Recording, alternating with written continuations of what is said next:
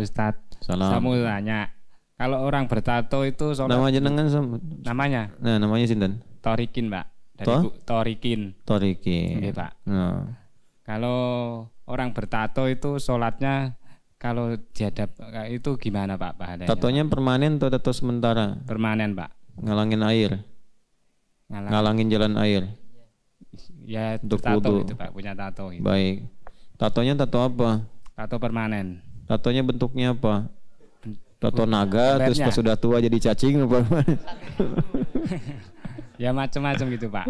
Macam-macam. Nah, itu bergambar itu, Pak. Pertama, hukum tato dulu. Ya. Dalam Islam, tato yang sifatnya permanen itu dilarang. Jelas ya? Ya, Pak. Dan itu salah satu bentuknya was-was setan. Ajakan setan tuh salah satunya merubah bentuk tubuh pada sesuatu yang bukan fitrah. Ya, tato fitrah bukan? Bukan. Kalau fitrah semua akan ditato. Ya, tapi karena itu bagian-bagian, ya ada orang mengatakan seni, tapi seni ada tempatnya. Bukan di tempat yang tidak seharusnya. Oke? Nah, dari mana taunya? Di An-Nisa, surah keempat. Ya, kalau kita baca dari ayat 116 tentang syirik, 118, 119. Wala udillannahum wala umanniyannahum wala amurannahum fala yubattikunna adhanal an'am wala amurannahum fala yughayyirunna khalqallah. Nah, jadi setan itu senang memprovokasi supaya kita itu merubah-rubah bentuk tubuh. Operasi plastik. Oke? Ada pernah dengar yang operasi plastik? Makanya kan sekarang plastik berkurang kan di itu. Di apa? Di berbagai tempat belanja itu ya. Nah, operasi plastik tuh nggak boleh, kecuali dalam kondisi-kondisi yang tertentu sifatnya darurat.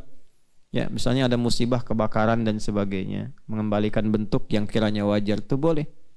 Tapi hidung dari misalnya pas pengen mancung, dimancungin operasi plastik tambah selang dikit misalnya kan, itu haram hukumnya. Haram karena merubah bentuk. Ya, kenapa? Merubah bentuk, merubah fitrah. Sebab Allah mencipta kita ini sudah sesuai dengan maslahatnya. Kalau bentuknya nggak begitu bisa celaka. Karena merubah maslahat, ada sesuatu yang salah di dalamnya. Ya, itu sudah bentuk itu sudah sesuai dengan fungsi hidup. Nah, yang kedua ada seperti hiasan-hiasan tadi yang tidak sewajarnya. Ya, misalnya kayak tato gitu ya, tadi dipasangkan di tempat-tempat yang tidak seharusnya, kemudian sifatnya permanen.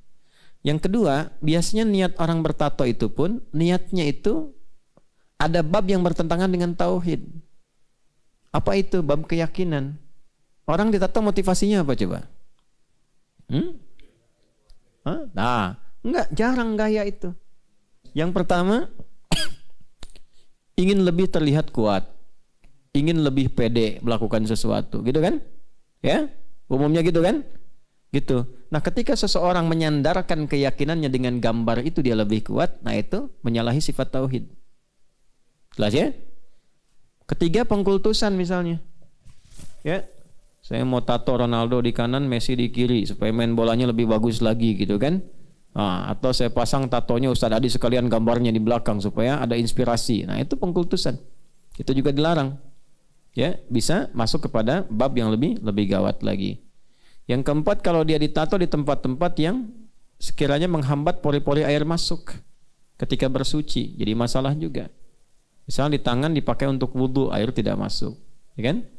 Kemudian bagaimana kalau bukan di tangan, bukan di tempat-tempat wudhu, tapi kan kalau junub harus mandi besar, ya kan? Airnya nggak masuk, terhalang gitu. Sampai ke situ babnya. Maka untuk hal-hal demikian hendaknya dihindari. Kalau ada yang pernah ditato, dibersihkan. Ya, semampu yang bisa dilakukan. Ya, semampu. Kalau sudah berikhtiar untuk membersihkan, walaupun misalnya tidak total sepenuhnya, maka ada sifat pemaaf, Allah memaafkan itu, kemudian disebutlah itu dalam kondisi yang sifatnya termaafkan, ma'fu anhu sisanya. Dan tidak harus dilukai. Ya.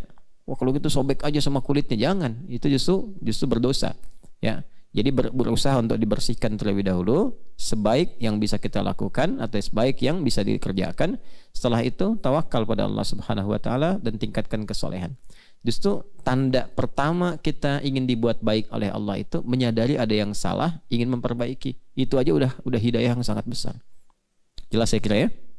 Baik. Jadi kalau kecuali perempuan itu pun tato sementara namanya hina. Ya, hina itu kan sementara, yang hilang dengan air itu. Hilang dengan air. Ya, ada yang pacar Cina ya, apa pacar Jepang deh. Cina ya, pacar Cina. Itu kan buat di kuku ya. Nah, itu boleh. Ya, boleh karena kan dia sifatnya sementara itu. Ya, bisa hilang dalam periode atau waktu tertentu. Itu pun perempuan. Laki-laki pakai pacar Cina kan jadi jadi heboh nanti. Jelas ya? Wallahu a'lam bishawab.